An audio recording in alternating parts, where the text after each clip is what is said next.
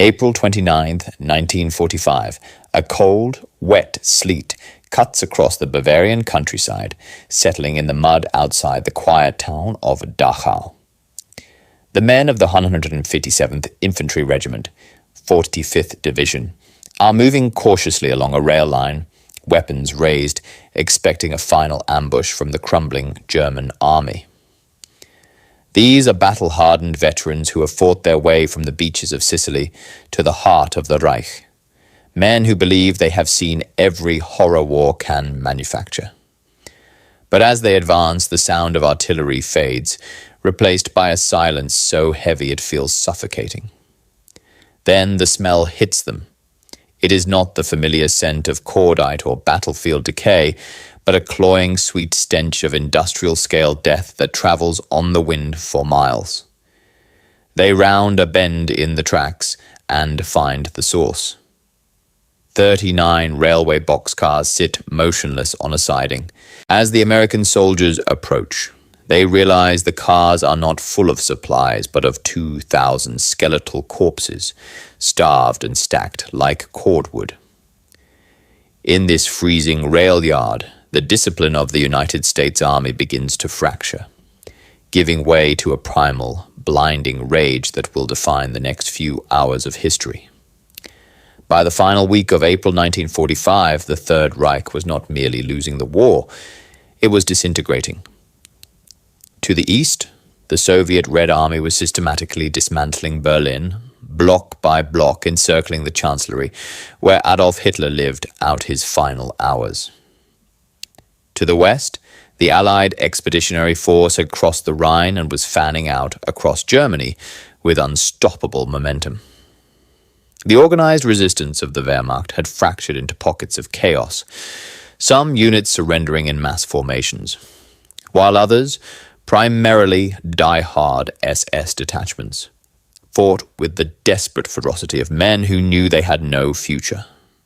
For the soldiers of the U.S. 7th Army, pushing deep into Bavaria, the primary objective was not humanitarian, it was strategic. American intelligence was consumed by the fear of the National Redoubt, a supposed Alpine fortress where the Nazi elite planned to hole up for a final suicidal stand. General Dwight D. Eisenhower had diverted considerable resources south towards Munich and the Austrian border to cut off this potential retreat. Leading this spearhead were two distinct American infantry divisions, the 42nd Rainbow Division and the 45th Thunderbird Division. The 45th Infantry Division was a unit of hard-bitten veterans.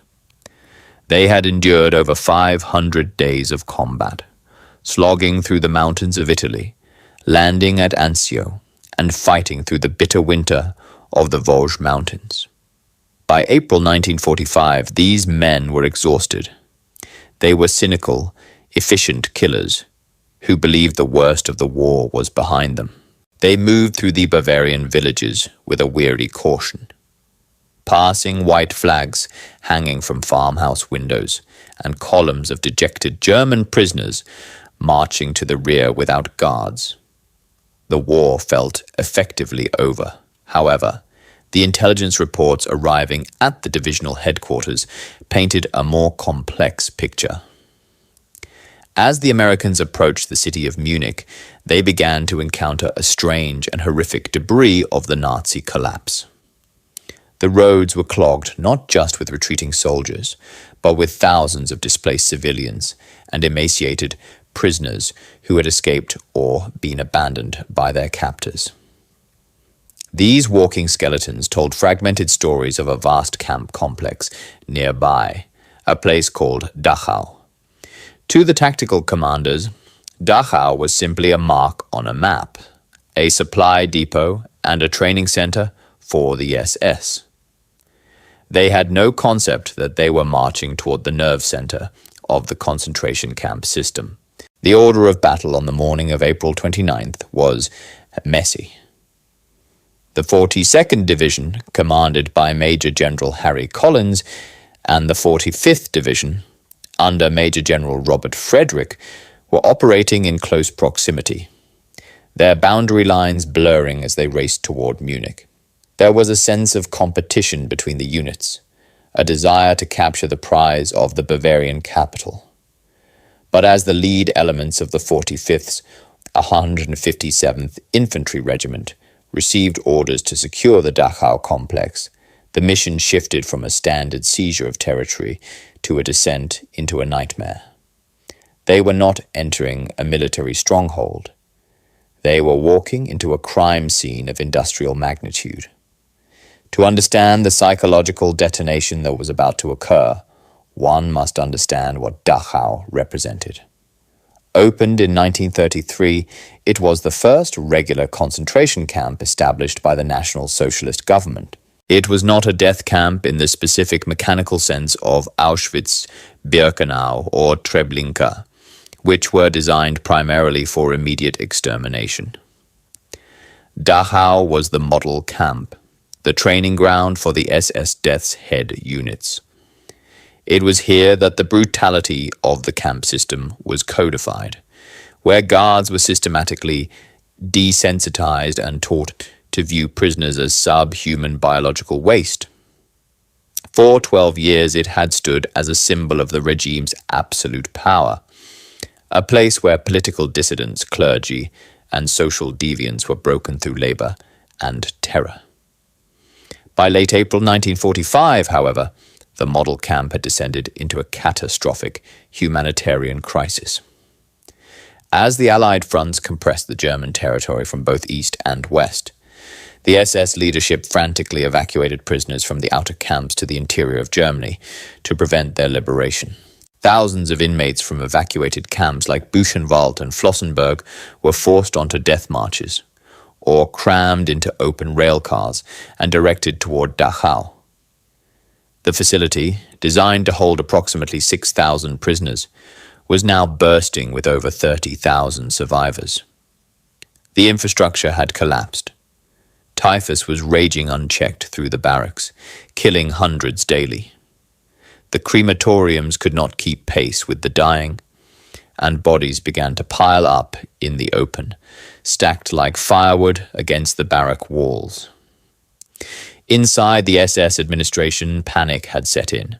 Heinrich Himmler had issued a directive that no concentration camp prisoner was to fall into Allied hands alive. This order created a paralyzing dilemma for the local commanders. Mass liquidation was logistically impossible given the speed of the American advance, yet allowing liberation was treason. In the days leading up to April 29th, the core of the hardened SS, camp guards, the men who had run the torture chambers for years, began to flee, stripping off their uniforms and melting into the civilian population. To replace them, a motley collection of troops was hastily assembled to secure the perimeter. This skeleton crew consisted of Hungarian SS volunteers, wounded Waffen-SS veterans recuperating in nearby hospitals, and teenage conscripts. These men were left holding the keys to a kingdom of corpses. Many of them had arrived only days or hours before the Americans, ignorant of the full extent of the atrocities committed within the razor-wire perimeter. They were ordered to surrender the camp in an orderly fashion, assuming they would be treated as prisoners of war under the Geneva Convention. They had no comprehension that the sight of the camp would strip their captors of any inclination toward mercy. On the morning of April 29th, the operational orders for the U.S. 45th Division, specifically the 3rd Battalion of the 157th Infantry, were updated. Lieutenant Colonel Felix Sparks, a young but battle-weary commander, received the directive to secure the Dachau complex. His orders were purely tactical: isolate the area, secure the prisoners, and neutralize resistance. Simultaneously, elements of the 42nd Rainbow Division, led by Brigadier General Henning Linden, were pushing toward the same coordinates, accompanied by war correspondents eager for the story of the camp's liberation. The stage was set for a collision of realities. On one side, young American soldiers, raised on the ideals of fair play and exhausted by war, were expecting a standard military surrender. On the other, a panicked SS garrison waited in their towers. Between them lay the rail yard and its cargo of the dead. As the engines of the American jeeps and tanks cut through the Bavarian mist, the structured rules of warfare were about to dissolve completely. The Americans were not just approaching a military objective. They were walking into a moral abyss that would shatter their composure and lead to the most controversial hour of the U.S. Army's European campaign. The first angle of this tragedy is the psychological breaking point of the American soldier.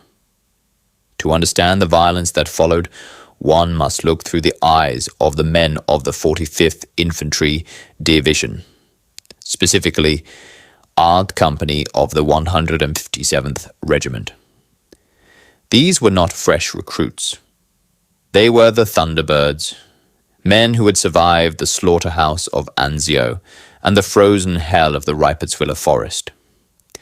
They had developed a combat numbness, a protective shell that allowed them to step over dead bodies without blinking. They operated on a simple binary: kill the enemy, protect the man next to you. But nothing in the manual of war had prepared them for the sensory assault of the Dachau rail spur. Leading the advance was Lieutenant Colonel Felix Sparks, a 27-year-old commander who had grown old in combat. He was a disciplined, level-headed officer, respected for his calm under fire. As his jeep crunched along the gravel service road parallel to the camp, his unit encountered the first sign of the horror: the death train. It was a transport from Buchenwald, diverted to Dachau weeks earlier, forgotten on a siding. The train consisted of 39 open-top coal cars and boxcars. Inside were over 2,000 men, women, and children. They were not merely dead, they were a tableau of agonizing suffering frozen in time. The bodies were intertwined, stripped of clothing, skeletal limbs tangling in a mass of decay. Some still sat upright, eyes open, staring at the grey sky. Others were draped over the sides of the cars, shot by SS guards as they tried to claw their way out for air. The bottom of the cars was a sludge of frozen bodily fluids and mud. The reaction of the American troops was immediate and visceral. Battle-hardened sergeants, men who had killed efficiently for 2 years, broke down. Some vomited where they stood. Others wept openly, tears cutting tracks through the grime on their faces. But for many, the sorrow quickly calcified into a cold, murderous fury. Private First Class John Lee, a rifleman, later recounted that the sight of the train changed us. The rules of the Geneva Convention, which protected surrendering enemies, suddenly seemed like an absurdity in the face of such profound evil. The soldiers began to look for someone to blame. They scanned the perimeter, their fingers tightening on the triggers of their M1 Garens. The distinction between active combatant and murderer vanished. In the minds of the 157th Infantry, any man wearing an SS uniform within a mile of this train was not a soldier. He was a monster. The moral architecture of the unit collapsed in the span of 10 minutes. They were no longer an army of liberation. They were an army of vengeance. This was not a tactical maneuver anymore. It was a confrontation with the devil, and the Americans were ready to cast judgment. While the men of the 45th Division were absorbing the trauma of the rail yard, a different drama was unfolding at the camp's main entrance. Racing toward the complex from the opposite direction was the 42nd Rainbow Division, led by Brigadier General Henning Linden. Accompanying his column were war correspondents, including the famous reporter Marguerite Higgins. For the 42nd, the liberation of Dachau was a headline event, a culmination of the campaign. They approached the Jur House, the main gatehouse, expecting a formal military handover. They were operating on the logic of a standard surrender, unaware that just a few hundred yards away, the 45th Division was staring into an open grave that had obliterated all standard logic. Inside the camp, the perspective of the enemy was one of paralyzed dread. The actual command structure of Dachau had evaporated days earlier. The hardened commandant and his senior staff had fled. Left behind to manage the surrender was a skeleton crew, a mix of wounded Waffen-SS veterans transferred from the Eastern Front, Hungarian conscripts who barely spoke German, and terrified administrative clerks. They were the cleanup crew for a catastrophe they had not engineered but were now responsible for. From the guard towers, these remaining SS troopers watched the Americans approach through the sleet. They saw the GIs pause at the rail cars. They saw the posture of the American soldiers shift from cautious advance to aggressive stalking movements. The men in the towers knew what lay in those train cars. Gripping their machine guns, they realized, with dawning horror, that the enemy approaching them was not coming to accept a surrender. They were coming to exact punishment. The friction reached its peak when SS Lieutenant Heinrich Skorzensky, the acting commander of the garrison, emerged from the main gate to meet General Linden's party. Skorzensky was dressed in a pristine pressed uniform, his boots polished, seemingly oblivious to the stench of death surrounding him. He offered a formal salute and attempted to surrender the camp according to military protocol, reportedly asking to be treated as an officer and a gentleman. To the Americans of the 45th Division, who had just flanked the rail yard and were now closing in on the scene, this display of arrogance was the final spark. They saw a man preening in a Nazi uniform, while 2,000 skeletons rotted in the rain behind him. Lieutenant Colonel Sparks, arriving from the rail yard, was reportedly enraged by the sight of the SS officer attempting to negotiate. The disconnect between the sterile protocol of the surrender and the visceral gore of the death train snapped the final thread of restraint. There would be no salutes. There would be no negotiation. The Americans pushed past the officers, kicked open the side gates, and stormed the complex. At approximately 11:30 a.m., the men of I Company, 157th Infantry, breached the perimeter of the SS training compound. They did not enter in tactical formation.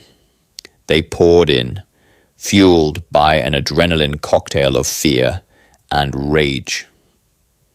Lieutenant Colonel Sparks moved with the lead elements, trying to maintain command cohesion, but the geography of the camp worked against him. The complex was a sprawling maze of barracks, factories, and administrative buildings.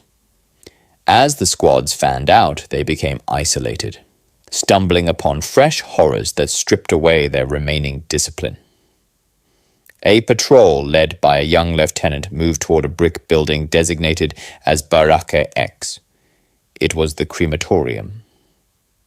Outside, they found a scene that defied sanity. Bodies were not just present. They were architectural. They were stacked 5 feet high in neat rows, waiting for furnaces that had run out of fuel. The soldiers stood frozen, staring at the emaciated forms of men who had been starved to death. The smell here was different. It was the heavy, greasy soot of burnt flesh that coated the throat. It was at this specific moment that the concept of enemy soldier evaporated. The men standing in the SS field grey uniforms were no longer combatants, protected by law.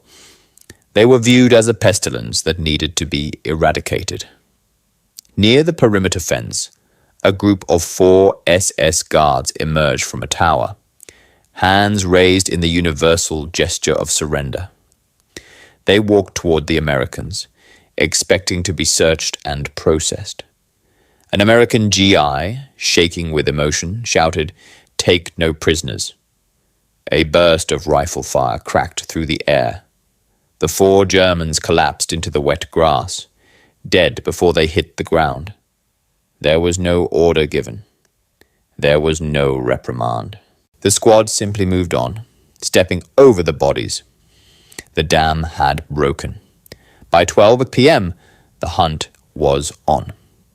Soldiers began dragging SS troopers from hiding spots, from behind coal piles, out of offices, and from the medical wing. The distinctions of rank and guilt were ignored. A terrified 16-year-old conscript was treated the same as a veteran Totenkopf officer. They were herded with rifle butts and kicks toward a masonry wall in the coal yard, a secluded, enclosed space away from the main prisoner barracks. The air was electric with violence. The Americans were shouting, their voices cracking with fury, while the Germans stood silent, pale, realizing that the white flags they had prepared meant nothing in the shadow of the crematorium. The tension in the coal yard reaches a breaking point. About 50 to 75 SS prisoners are lined up against a long masonry wall. The group is a mix of the arrogant and the terrified, officers standing stiffly, wounded men leaning against each other, and young boys in ill-fitting uniforms weeping openly. Facing them is a loose semicircle of American GIs from I Company. A machine gun team sets up a .30 caliber Browning on a tripod, the heavy barrel sweeping across the line of German troops. The atmosphere is suffocating. There is no trial, no reading of rights. The only sound is the click of bolts sliding home and the ragged breathing of the men against the wall. Suddenly, the silence shatters. It remains unclear to this day who fired first or why. Some reports say the prisoners moved. Others claim a soldier simply snapped. A long, deafening burst of machine gun fire rakes the wall. Dust puffs from the masonry as bullets tear through the line of grey uniforms. The Germans crumple in a chaotic wave, bodies falling onto one another, blood pooling on the coal-dusted ground. It is a massacre, swift and brutal. Lieutenant Colonel Sparks, who had been coordinating the security of the main gate, hears the distinct chatter of the American machine gun. He sprints toward the coal yard, pistol in hand. Bursting into the enclosure, he sees the carnage. A pile of moaning, dying men, and the machine gunner preparing to fire a second burst into the survivors. Sparks rushes the gunner, kicking him violently away from the weapon. He fires his pistol into the air, screaming for a ceasefire. "What the hell are you doing?" he roars, physically shoving his own men back. The firing stops, leaving a ringing silence broken only by the cries of the wounded SS men. Sparks stands between his troops and the Germans, his chest heaving, forcing the red haze of vengeance to recede. He has regained control, but the moral line has been crossed. Inside the prisoner compound, a different kind of justice is being enacted. As the Americans breach the inner electrified fences to liberate the inmates, the camp explodes into anarchy. The prisoners, skeletal and maddened by years of torture, turn on their tormentors. They spot SS guards who had attempted to hide in the towers or disguise themselves in prisoner rags. There are no weapons for the inmates, so they use what they have: shovels, rocks, and their bare hands. Near the camp moat, a hated guard is cornered by a mob of Russian and Polish prisoners. They descend on him with the ferocity of starved animals. He is beaten to death with a shovel, his body then thrown into the stagnant water of the moat. American soldiers watch, paralyzed by the complexity of the moment. Some GIs intervene to stop the beatings. Others turn their backs. lighting cigarettes, deciding that this specific violence is none of their business. The liberation has dissolved into a primal reckoning. The structured world of military order is gone. In its place is a raw, bloody transaction of pain for pain. The shooting eventually dies down, the screams fade, and a heavy, smoky twilight begins to settle over Dachau. The battle is over, but the camp is now a crime scene in every sense of the word. As night fell on April 29th, the adrenaline that had fueled the violence began to drain away, replaced by a cold, sickening exhaustion. The shooting had stopped, but the dying continued. For the soldiers of the 45th and 42nd Divisions, the liberation was not a moment of celebration. It was a transition into a massive humanitarian triage. The camp was a biological exclusion zone. Typhus was so rampant that the medical officers immediately declared a quarantine, forbidding anyone from leaving. The GIs, who hours earlier had been storming machine gun nests, were now tasked with the agonizing duty of restraint. They had to physically hold back starving prisoners who begged for food, knowing that the soldiers' K rations, heavy with fats and processed sugars, would induce fatal shock in their atrophied digestive systems. The reality of what had happened in the coal yard and at Tower B did not vanish in the confusion. The US Army, even in the chaos of the collapsing Reich, was a bureaucracy obsessed with documentation.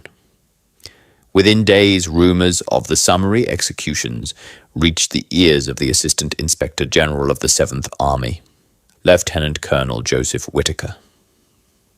An investigation was launched not into the German atrocities, but into the conduct of the American liberators. The Whittaker Report, filed on June 8, 1945, remains one of the most clinically disturbing documents of the war's end. It meticulously detailed the events of that afternoon. The report concluded that roughly 30 to 50 SS guards had been killed after surrendering, with specific focus on the machine gunning at the coal yard. The testimony was damning. Photographs taken by soldiers showed German troops lying in heaps at the base of the wall, and others showed GIs casually smoking nearby. The investigation recommended court-martial proceedings for several officers, including Lieutenant Colonel Sparks for failing to control his men. However, the wheels of justice ground to a halt when the file reached the desk of General George S. Patton, the newly appointed military governor of Bavaria. Patton, a man who viewed war through a prism of archaic warrior ethics, reportedly read the findings with disdain. He understood the context that a courtroom in Washington could never grasp. The smell of the death train, the sight of the crematorium, the snapping of the human mind under extreme duress. According to witness accounts, Patton summoned the officers, threw the report onto his desk, and allegedly tore the papers apart, declaring, "I will not paint the name of this division with the blood of these bastards." The charges were dismissed. The records were sealed. The execution of the SS guards at Dachau was buried, transformed from a war crime into a combat incident, a dark secret shared by the men of the 45th Division. The consequences of that afternoon extended far beyond the dismissal of legal charges. Dachau became the pivot point where the Allied understanding of the war shifted irrevocably. Until that day, the Holocaust was known to the soldiers primarily through rumors, intelligence briefings, and the occasional discovery of smaller labor camps. Dachau provided the undeniable photographic evidence of the genocide. The images taken by the Signals Corps, the piles of bodies, the emaciated survivors, and the faces of the SS. Guards lying dead in the coal yard were not just documentation. They were the moral justification for the entire war effort. The ambiguity of combat vanished. The destruction of Germany was no longer viewed as a geopolitical necessity, but as a sanitation of evil. However, for the men of the 45th and 42nd Divisions, the psychological toll was immediate and permanent. The Dachau Reprisals became a ghost story within the ranks, a collective secret that bound the unit together. These soldiers returned to America, to jobs in factories and offices, carrying the dual burden of what they had saved and what they had done. They were hailed as liberators, heroes who had opened the gates of hell. But in the quiet of their own memories, they were also the men who had lined prisoners against a wall and pulled the trigger. The narrative of the clean Wehrmacht and the noble American GI was complicated by the reality of those 30 minutes in the coal yard. Historically, the event remains a subject of intense debate. The number of SS guards executed is still contested.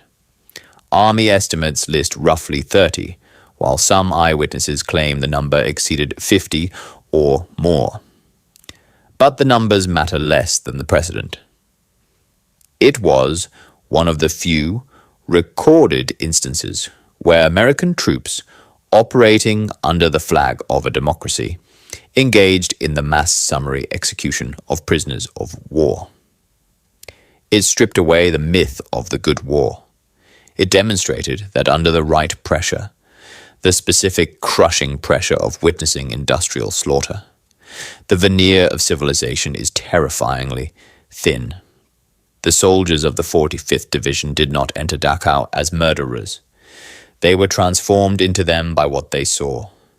The camp acted as a mirror, reflecting the cruelty of the war back onto its liberators. As the weeks passed, the camp was cleaned. The bodies were buried. The survivors were slowly nursed back to health or transferred to displaced persons camps. The death train was finally cleared. The 39 cars emptied of their tragic cargo. But the stain of April 29th lingered. It served as a grim reminder that when humanity is pushed past the brink of reason, the distinction between justice and vengeance blurs until it is invisible. History is often written in black and white. Heroes and villains, liberators and tyrants. But the liberation of Dachau exists in the grey, in the suffocating smoke that separates the law from the human conscience. The events of April 29, 1945 serve as a terrifying testament to the fragility of moral discipline. The men of the 45th and 42nd Divisions were not criminals. They were ordinary citizens, teachers, mechanics, farmers, dragged into a conflict that demanded they confront the absolute worst of their own species. When they stood before the death train and the crematoriums, the civilized world they fought to protect ceased to exist. In that vacuum, stripped of law and logic, only rage remained. The execution of the SS guards at the coal yard challenges our comfortable narrative of the good war. It forces us to ask a question that has no easy answer. Is it possible to witness ultimate evil without becoming, even for a fleeting moment, a monster yourself? The American soldiers did not plan a massacre. They reacted to a trauma so profound it short-circuited their training. They delivered a verdict that no court could sanction, but which few who stood in that bloody snow could condemn. Today, Dachau is a memorial. The barracks are gone, marked only by stone outlines in the gravel. The coal yard is silent, but the shadow of that day lingers. It reminds us that the line between a soldier and an executioner is not drawn in a rule book. It is drawn in the mind. And under the right conditions, amidst the stench of death and the collapse of humanity, that line can disappear in the blink of an eye. The liberation of Dachau was a victory for freedom, But it was also the day the liberators looked into the abyss, and the abyss looked back.